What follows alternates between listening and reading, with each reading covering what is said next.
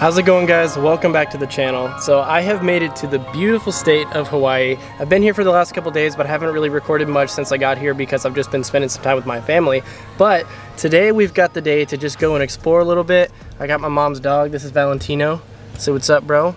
It's kind of a pain in the ass. We got the dog, and my stepdad also said I could take his truck, so I think I'm gonna go like find a hike or do something. Today's video is totally different than any other video I've done so far, so if you're here for cars, then I'm gonna give you guys a brief channel update later into the video, but this is not like a wrenching video, of course. So with that being said, let's get to it.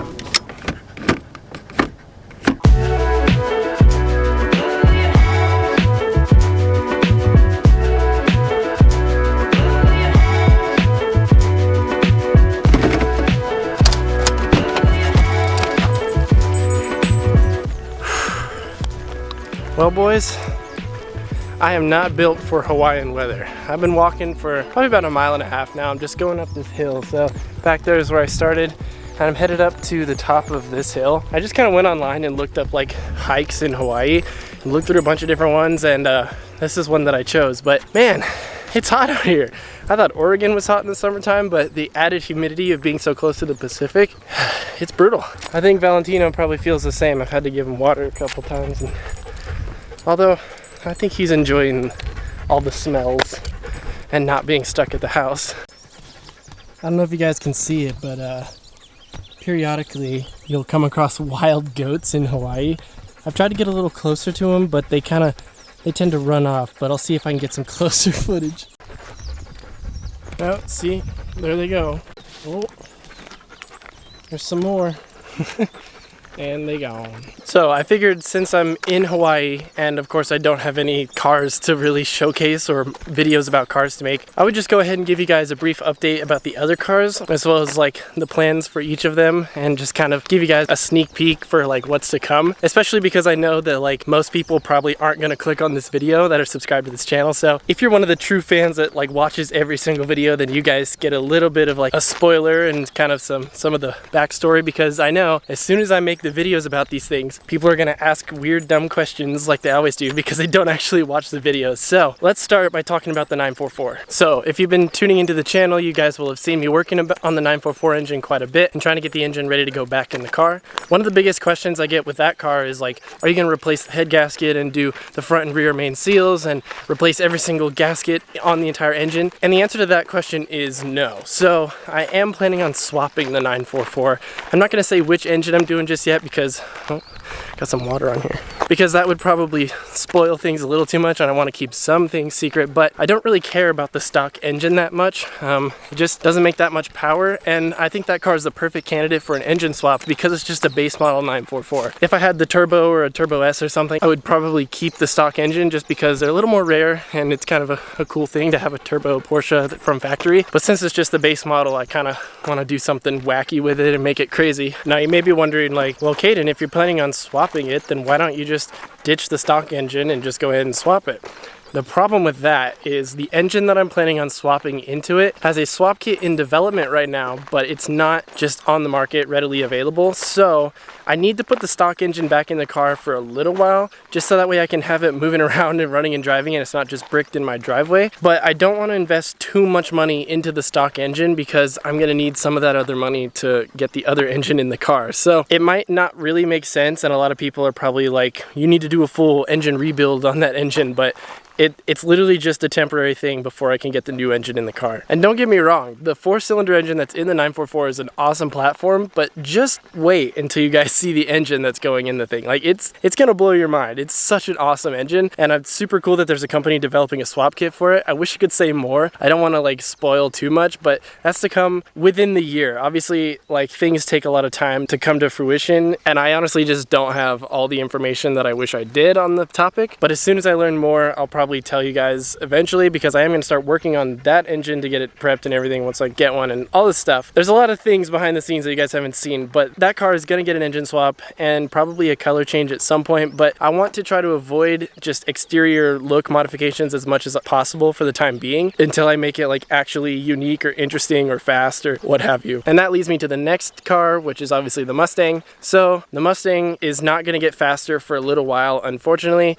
I'm just kind of focusing on completing completing the body kit with it, and since I've got that new bumper, I really need to get it on. However, I can't even pull the car into my garage until I get the engine at least back in the Porsche. It doesn't even need to start, but I need to get it in the car. So that's why there's just been a bunch of like Porsche videos recently, and I announced that I had the GT350 rear bumper, and then I didn't really touch it for a couple weeks, and that's mostly just because things have just kind of been falling apart trying to get the Porsche engine back together. But as soon as I get back from Hawaii, the plan is to just dive into that and get the engine back in the car as soon as I can. I'm probably gonna need some help from some friends, so depending on how my schedule works, it might not go in the car for like 2 or 3 weeks, but hopefully what I'm hoping for is by the end of July to have the engine in the car, and hopefully have started it by then. But of course, you know, issues come up and things happen, but I need to get the engine in the car. As far as the Mustang goes, it's not gonna get faster for a while, and that's mostly because I need it to be a reliable daily driver for the time being, which is kind of sad because I want that car to haul balls, but it's just one of those things where I can't just make every car a race car, and I need to kind of find the balance between having multiple cars. However, that car is getting the GT350 rear bumper. Like I said, as soon as I can, I'm gonna start working on that. And once that is complete, I think that car is in for a color change. I'm not gonna say which color I went with. If you guys follow me on Instagram, you guys would have seen that huge story post day that I had where I just took suggestions from you guys and I just posted all of them and went through a bunch and just was kind of brainstorming a bunch of different color options. So if you guys follow me on Instagram and you participated in that, thank you so much. There were so many suggestions, and I actually learned of a few new colors that I didn't even know existed. So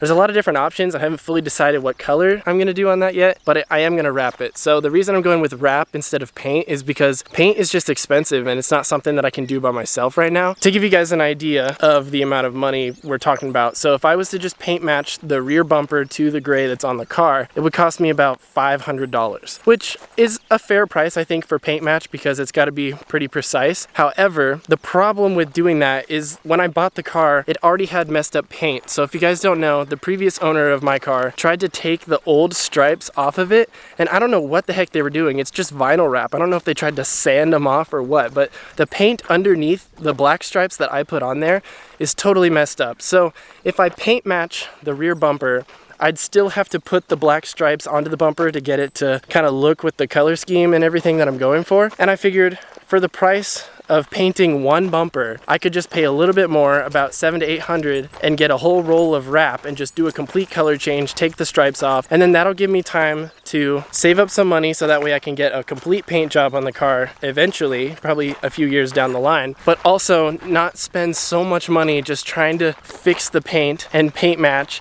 and do all this stuff just to have the same color car. So from a content creation standpoint, it just made a little bit more sense to me to go ahead and just change up the colors on the car. Obviously it won't be a permanent thing because I love the gray that's on that Mustang and I don't want to change that underneath the wrap, but I think that the wrap will be good for content, and also it'll help me learn a lot because I've still never fully wrapped a car. I've done some racing stripes, which is kind of like getting your foot in the door a little bit, but it's different than wrapping the entire car. Stripes are a lot easier. And also I helped Jose and Isaac wrap some sections of the S2000, if you guys watched that video a while back, but even that was not a super huge learning experience. Like I learned some techniques and things that I'm going to need when I wrap the Mustang, but I still didn't really do that much. I was kind of just videoing for most of that, so I've got a lot to learn, and I think that wrapping the car will be good for content and also a good learning experience because I really want to learn how to do it. And then eventually I will just repaint the whole car, but that'll be years from now. You know, I still don't even have a career that I'm in, unless you consider YouTube a career right now, but obviously this channel's not so big. So there's a lot of things in the works right now with both of the cars, but that's just kind of a rundown. Mustang's not going to get fast quite yet. I'm just going to keep doing some aesthetic stuff. That's mostly just my show car, and I want to be a little bit flashier. And then the Porsche needs to run and drive, and there's an engine swap in the works. I was just thinking to myself, and I realized that if this is someone's first time seeing this channel, this is probably the weirdest video ever, because I'm just like on a hike on Hawaii Island and I'm just talking about cars. So what the heck is this video? This video is for the returning subscribers. If you're new here, make sure you go and watch some of my other videos because this video is just whack. And this, ladies and gentlemen, is why I came up here. Look at that.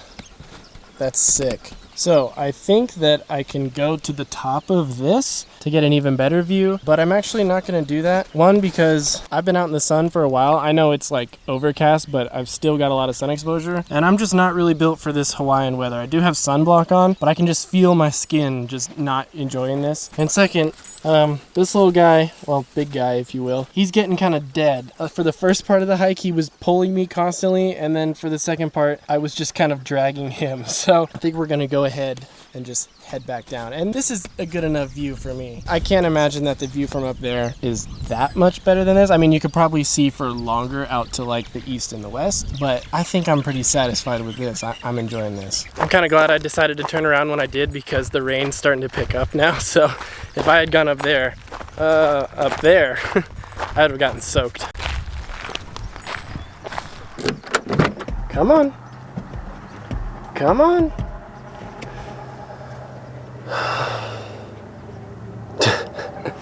Come on, load up. Get in the truck. Come on, bud. Get up there. Come on. Oh. Well, I guess that'll have to do. Oh, keep your tail up, bro. There you go. Hold still. Yeah, I see you, bro. Oh, you're wet. I'll have to dry you off. Did you have fun? You tired? So that's pretty much going to conclude our adventure. Today's video is super random, but if you like today's video, make sure you leave a like down below. And I hope you guys are looking forward to more car content. I should be back about 5 days from myself recording this, so probably like 3 or 4 days from when this goes up. So there's going to be more content coming soon, but in the meantime, I might record one more Hawaii video, or I might just, I'm not sure, I might not record another one. We'll see. If this video gets a good response, then I might record another one. But either way, I hope you guys enjoyed today's video, and I'll see you in the next one. Peace out and dream big.